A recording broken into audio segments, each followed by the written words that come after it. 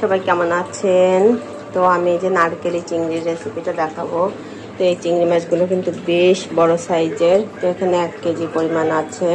আমার লাগবে নারকেল দুধ, এই যে নারকেলের দুধ করে নিয়েছি।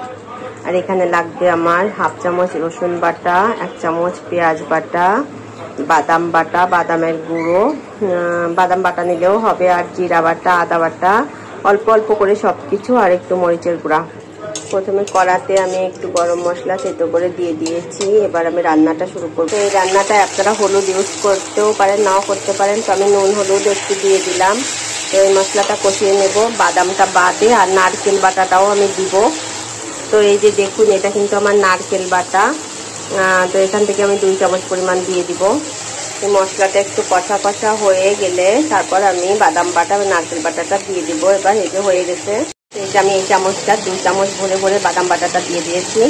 এবার আমি ভালো করে কষে নেব। আসলে ভিডিওটা করতে করতে শুধু কেটে যাচ্ছে। এখানে এবার আমি চিংড়ি মাছগুলো ঢেলে দিব। একটু নাড়িয়ে চাড়িয়ে মশলার সাথে মিশিয়ে নিয়ে নারকেলের দুধটা আমি দিয়ে দিব। একটু কষিয়ে নিয়ে নারকেলের দুধটা আমি দিয়ে দেবো। হয়ে গেছে, নারকেলের দুধটা দিয়ে দেবো। তো আমার রান্না অলমোস্ট ডান। আমি এতটুকুই ঝোল রান্না করব, মানে ঝোলটা রাখবো। কেউ কেউ ঝোলটা পছন্দ করে, এই জন্য এই গ্রেভিটা খেতে কিন্তু অনেক মজা লাগে, তাই আমি একটু গ্রেভি রাখবো। তো আপনারা চাইলে একটু শুকিয়ে নেবেন। তো কাঁচা লঙ্কা আর ধনিয়া পাতা দিয়ে দিলাম। তো আপনি ধনিয়া পাতা দেওয়াটা বাধ্যতামূলক না, তো আমি ফ্লেভারের জন্য একটু দিলাম।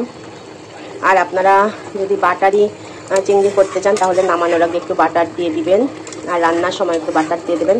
তাহলে ফ্লেভারটা একদম অন্যরকম হবে, আর খেতেও অন্যরকম হবে। তো ধন্যবাদ সবাইকে। এখন আমি নামিয়ে ফেলবো। তো এই যে দেখুন, আমার চিংড়ি মাছ রেডি হয়ে গেছে রান্না। কালারটা খুবই সুন্দর আসছে, কিন্তু এখানে হলুদ হলুদ লাগছে। কালারটা আমি আনতে পারছি না, কালারটা কিছুতেই আনতে পারছি না।